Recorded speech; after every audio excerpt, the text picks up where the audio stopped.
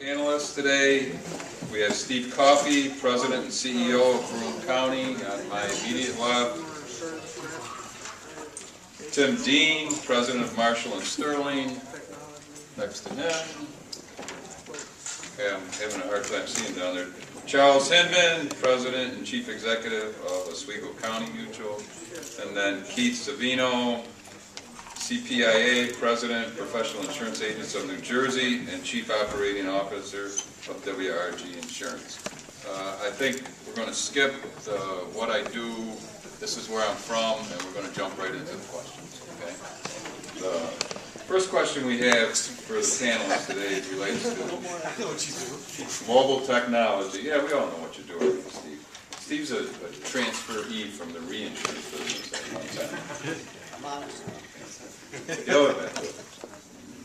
We'll start with Steve and work our way over. What do you see as the major trends in how agents, companies, and insurance customers are using technology to transact business? I know we will have some overlap between the roundtable discussions that we saw with the notes and the first panel, but we'd like to go a little more into depth. We'll see what comes up, and we'll be happy to answer any questions related to it. Steve, go ahead. Let me start, I guess, with a true story. Not too long ago, we were installing new software in a new agent's office and doing training. And at the end of the training, we were patting ourselves on the back because everyone loved the software, they loved what they could do.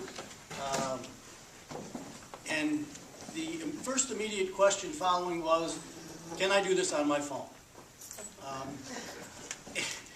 And we couldn't pat ourselves on the back anymore. So I guess my point is it's going to continue to change, it's going to continue to evolve,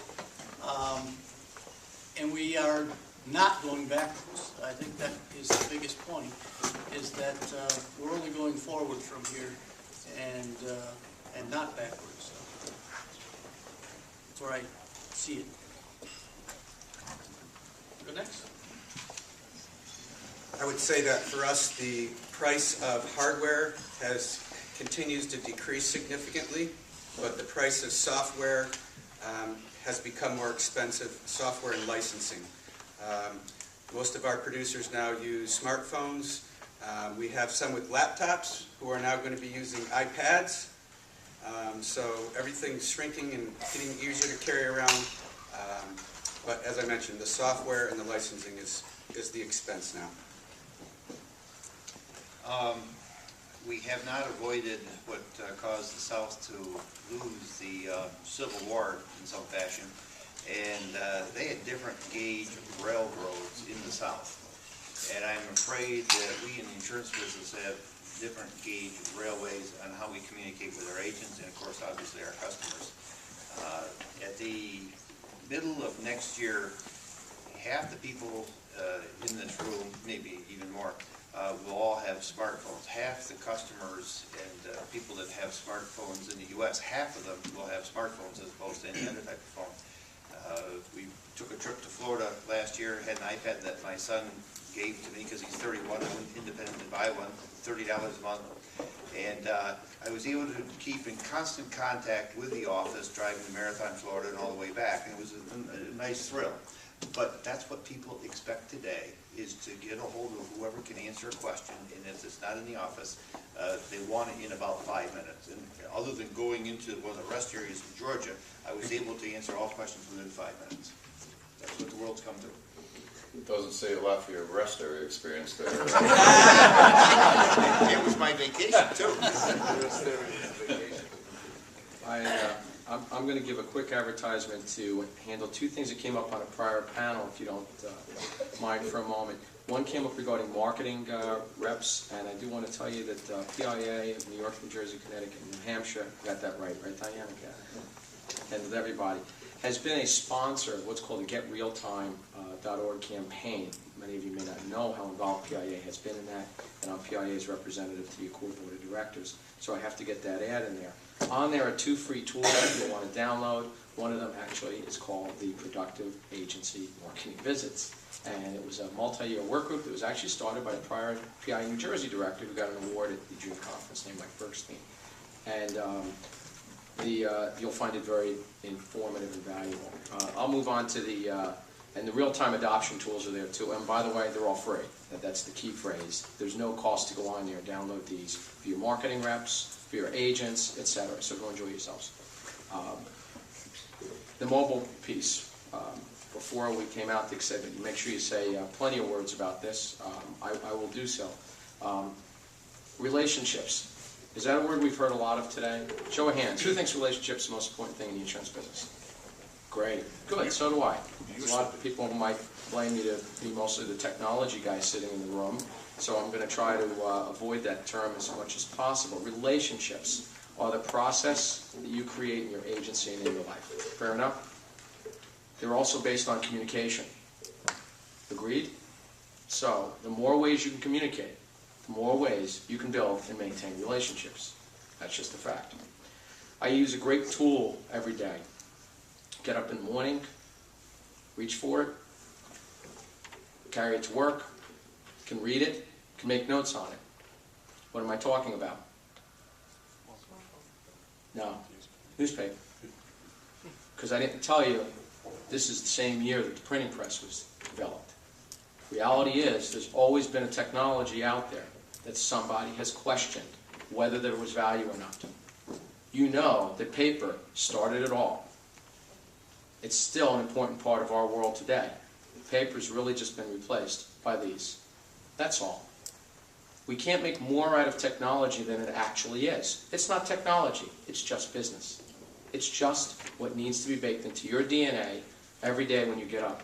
Now the problem that we have is we're all digital immigrants. Unlike our kids who were born into this society, we immigrated into this society. So for first part of our lives, and for some people more than 2/3, we didn't have to use any of this.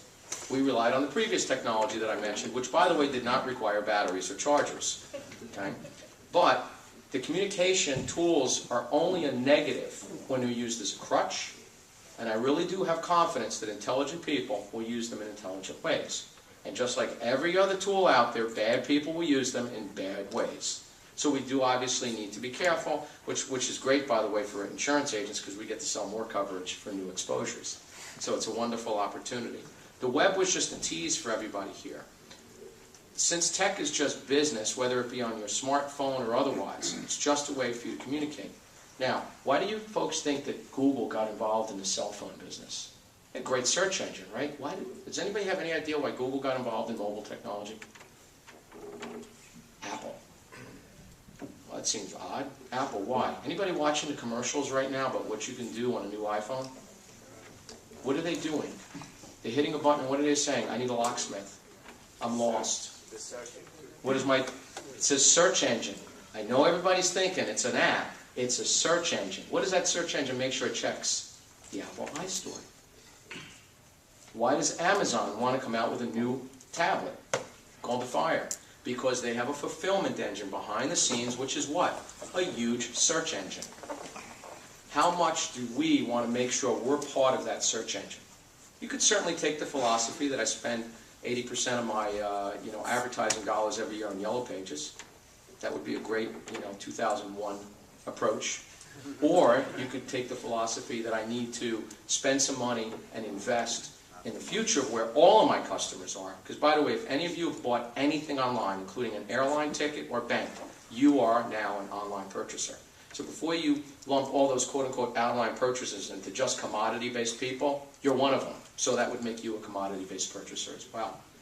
Mobile technology becomes the great equalizer because it's what people carry around. And to what Charles very successfully said, 50% of the people out there, it's greater than that because the smartphone world is extended outside the business people. So I would really, really implore upon you folks to forget about this as a technology and embrace it simply as just business.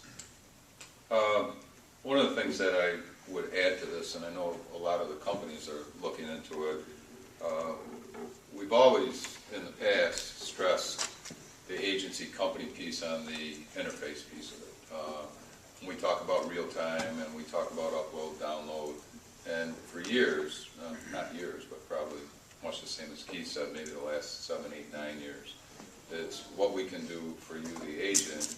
And I know at Utica First, we just went through a long-range planning session a week ago, and now we're really starting to take a look finally at what we can do for you, the policyholder.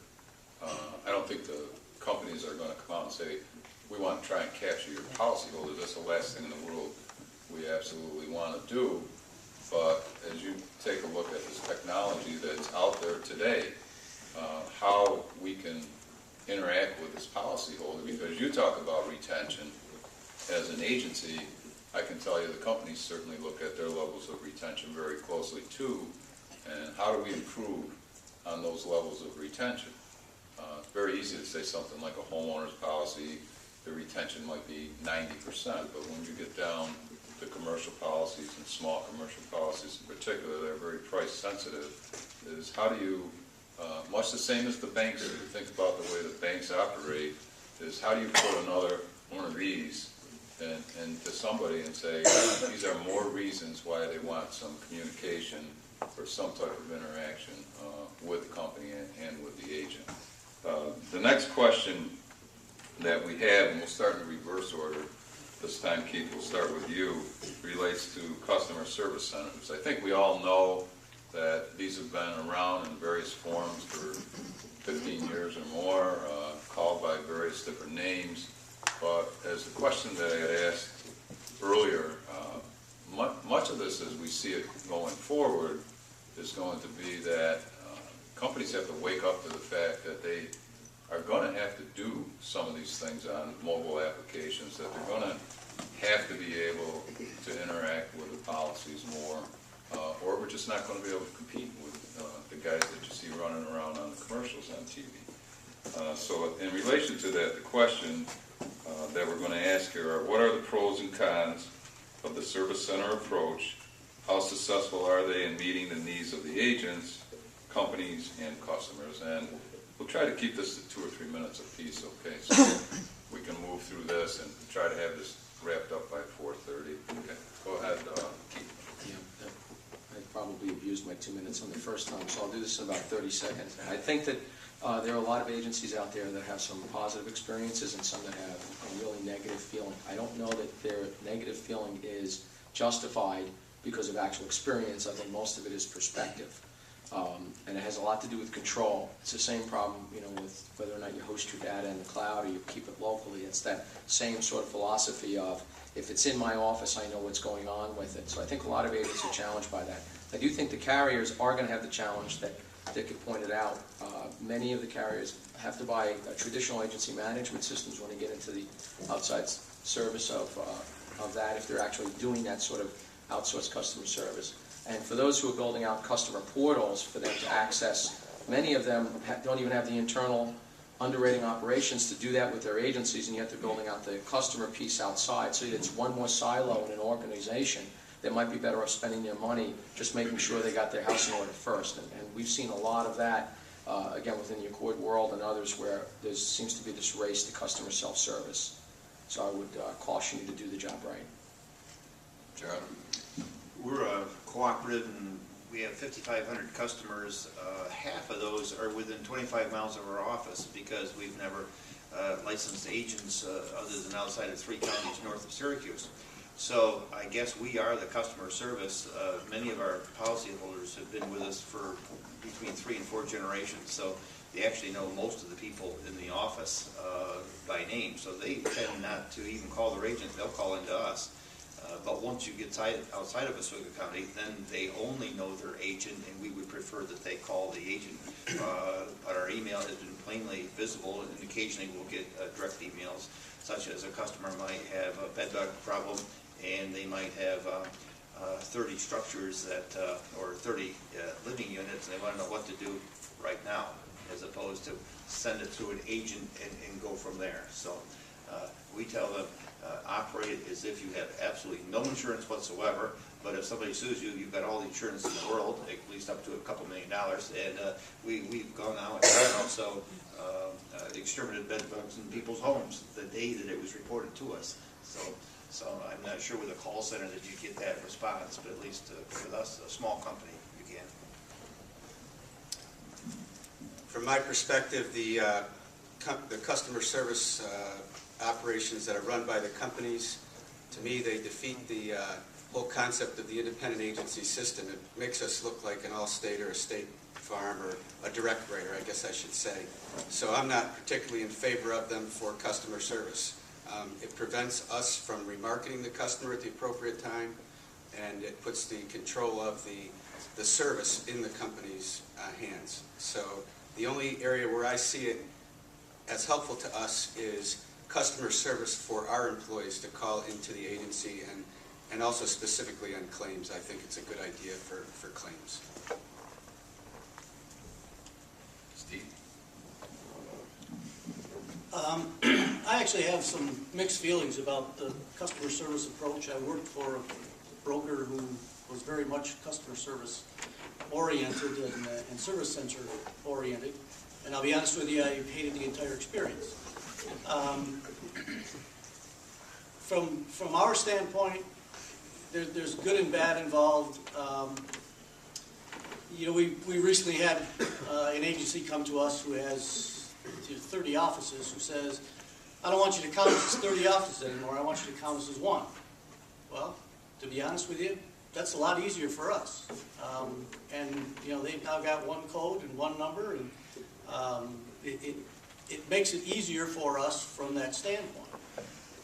What we also get on the other side is kind of what Tim says, is that when the customer, the policyholder, then can't find his agent, he can call the agency that says, I bought my policy down the street here, I call down there, but the phone rings in Buffalo or Syracuse or someplace else, and somebody is directing me to a customer service person, and not my agent, and you're cutting off the relationship. We talked all day about relationships here. Where the agents have a relationship with the frontline customer, and when you diminish that relationship, as Tim said, I think you're flying in the face of the independent agency system. That if you diminish that, you push people more to buy their insurance on an 800 number on the internet or some other fashion, because I think you're telling them that you don't need the agent once you've made the initial sale. By the way, I agree with both of you. We spent an awful lot of time looking at this whole customer service centerpiece of it, and I tend to agree. The more you pull away from the agent in terms of that policyholder interaction piece, the more likely that individual is to start to head to a website or to a 1-800 number. So, interesting comments from all of you.